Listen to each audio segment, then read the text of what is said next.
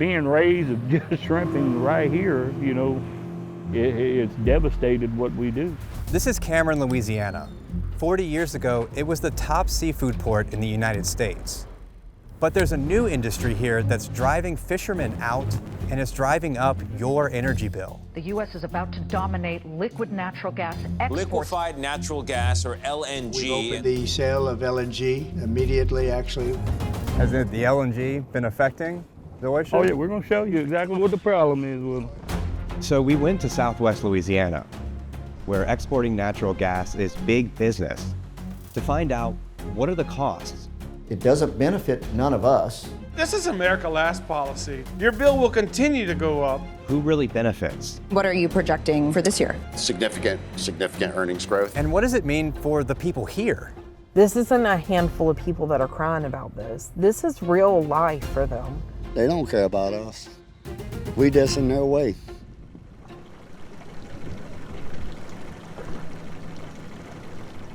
Y'all eat oysters? Oh yeah. Tad Terrio and Sky Leger farm oysters here in Cameron, Louisiana. Before you try it, tell me would you eat it if you knew that was there? Now, what is that, sediment? That's a mud blister. How's that get in there? That's a good question. No one wants to buy that. Oyster farming is sort of a new business for Tad, who traditionally caught shrimp for a living. I put my kids through college shrimping, you know, with a shrimp boat. Do you think you'd be able to do that now? No, hell no.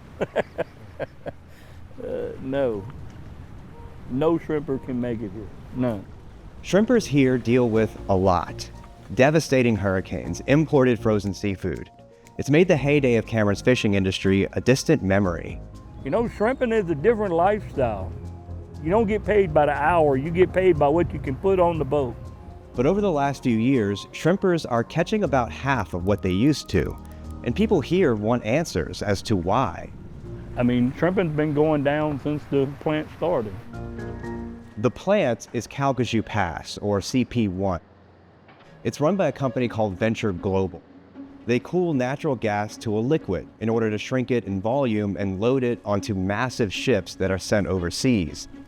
Prior to 2016, there was no liquefied natural gas export market in the United States. That changed with the rise of fracking. We went from having shortages of natural gas to having abundant domestic supplies of gas. But this abundance actually became a problem for the industry. It drove natural gas prices down, so they needed new buyers. Industry's main priority beginning in the early 2010s was how to move natural gas out of North America. And the Gulf quickly became a crucial part of that strategy, for reasons both geographic and financial. Cameron Parish doesn't have a sales tax. James Hyatt is a former oil and gas worker who founded a community organization called For a Better Bayou. They get a massive industrial tax exemption on the property tax. That's the key. They don't only export gas, they export the profits. They don't stay in the community. Louisiana is arguably the friendliest state in the U.S. for industrial development and fair environmental policy and outstanding tax policy. When you turn here, the cranes off in the distance is the expansion to CP1, Venture Global. 12 miles back into town is Hackberry LNG. Probably about 30 miles this direction is Sabine LNG. So you're just surrounded. But the rush to build billion-dollar plants is already causing collateral damage.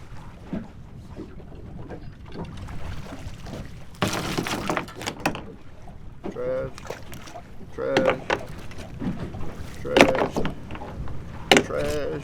You noticed it in the cages right away. A dredging incident in Cameron Parish. Venture Global LNG was dredging and accidentally spilled hundreds of acres of mud into the bayou. Dredging is basically moving mud and sediment to clear a path for ships and construction. You see how the water's green here when the spill happened? If the wind changed any at all, it was chocolate milk instantly. Tad says the dredge spill ruined hundreds of thousands of his oysters. Half of them died. We lost, 50%. On the big ones, even more than that. After this spill, more people are understanding these corporations don't give a fuck about you. Venture Global says that the spill didn't cause any impacts, even though the Louisiana Department of Wildlife and Fisheries said in September that the oyster reefs near the spill saw an increase in oyster mortality. But according to documents we obtained, the company offered some people $20,000 on the condition that they could never sue or speak negatively about Venture Global. That's not right. I have hundreds of thousands of dollars worth of oysters, you know. I want hundreds of thousands of dollars. Do you feel like they care? I don't know. I mean, you know, I feel like they're a big company and we're little people. You know, that's what I feel like.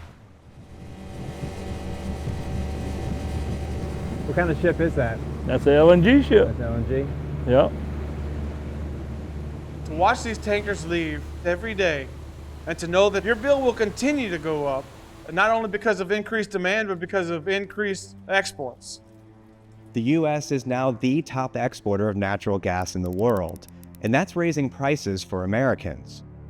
The federal government projects the spot price for natural gas will average 22% higher than it did in 2025, and said last year that LNG exports are driving prices upwards. It's simple supply and demand. You're forcing Americans to compete with their counterparts in Berlin and Beijing for access to U.S. natural gas. And the more we export, the higher the prices the rest of Americans will pay to heat and cool their homes. Nearly 74 million American households are hooked up to natural gas for cooking and heating, and it's the primary source of energy used in the electrical grid. Even people in Louisiana are feeling the pinch. So this is the cooler here? Yes, this is the cooler part. It stays around 39 degrees. Eddie Lejeune is a fisherman who lives with his wife Michelle in Hackberry, Louisiana. They're minutes down the road from one of Cameron Parish's 3 export terminals. And like most Americans, they say their electric bills have spiked in the last few years. And so have you seen your bill go up with the cooler bill? Yes, I can't shut it down to conserve on energy, because if I didn't have the cooler and the ice, I couldn't sell fish when I wanted to. Yeah, we're catching less fish, less money, paying higher bills. Hey, babe. I mean, you can't afford this and food. What are you going to do? You're going to eat, or are you going to have electricity? We are in the middle of an affordability crisis in this country. And to know that your price goes up while these billionaires just pocket the money, as shareholder value is the only thing we care about. Venture Global projects it made $6 billion last year, more than doubling its profits from the previous year.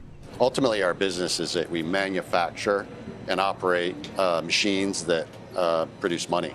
In 2024, a group of oil and gas executives met with former President Donald Trump behind closed doors. According to the Wall Street Journal, Venture Global's CEO was there too.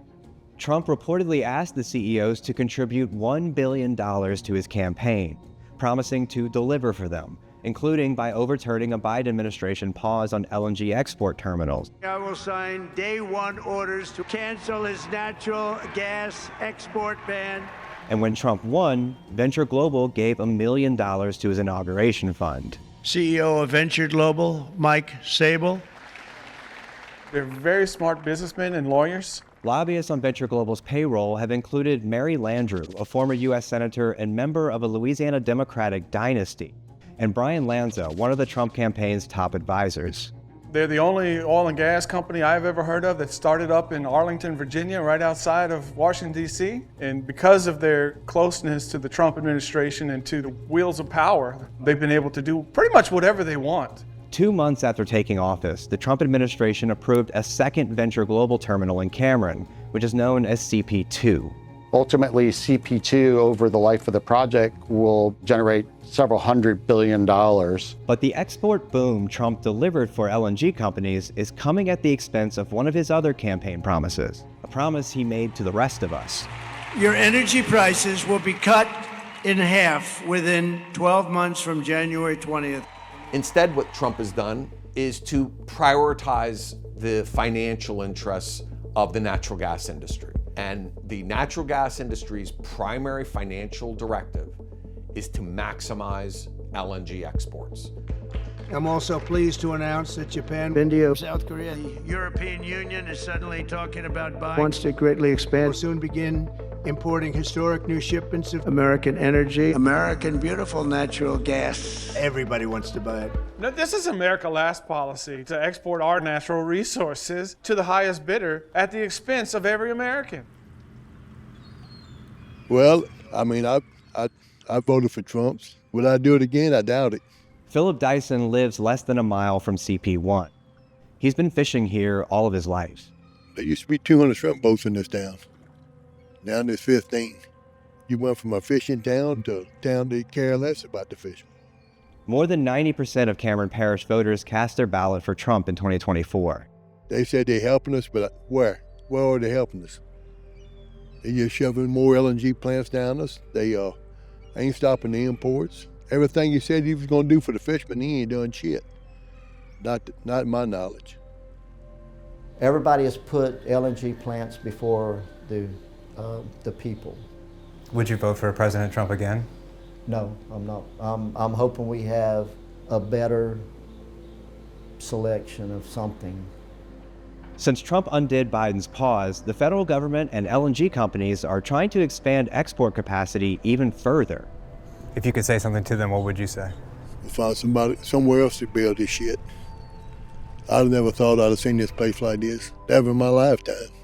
17 new export terminals are either under construction or have been approved by the federal government, and 6 of them are in southwest Louisiana.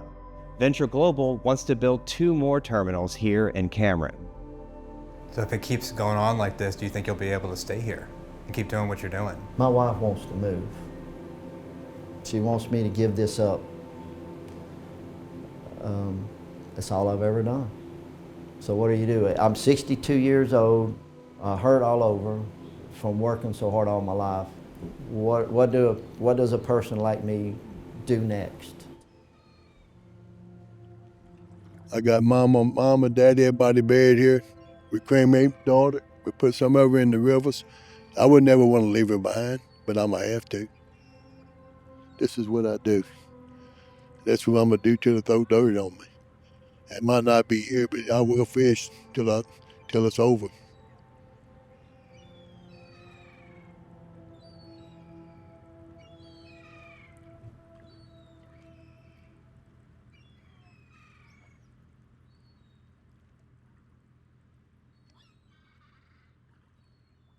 Thank you for watching our video. If you'd like to see more stories like this one, be sure to like and subscribe to the channel to get more and more perfect union in your feed.